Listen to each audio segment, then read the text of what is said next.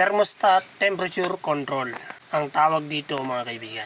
Ito ang madalas na nasira sa ating mga electric kettle, no, mga kaibigan. Dahil po sa connection niya, no. Dahil po dito, no, yan yung tinuturo ko na yan, no, mga kaibigan. Yan po yung kadalasang nasisira, yan.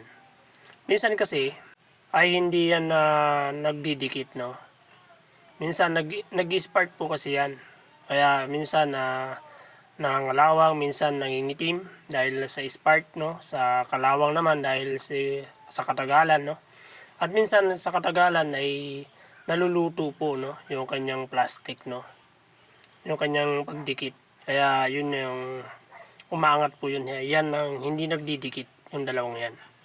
Yan po yung nagko-connect, no. Kaya dumadaloy yung kuryente, no.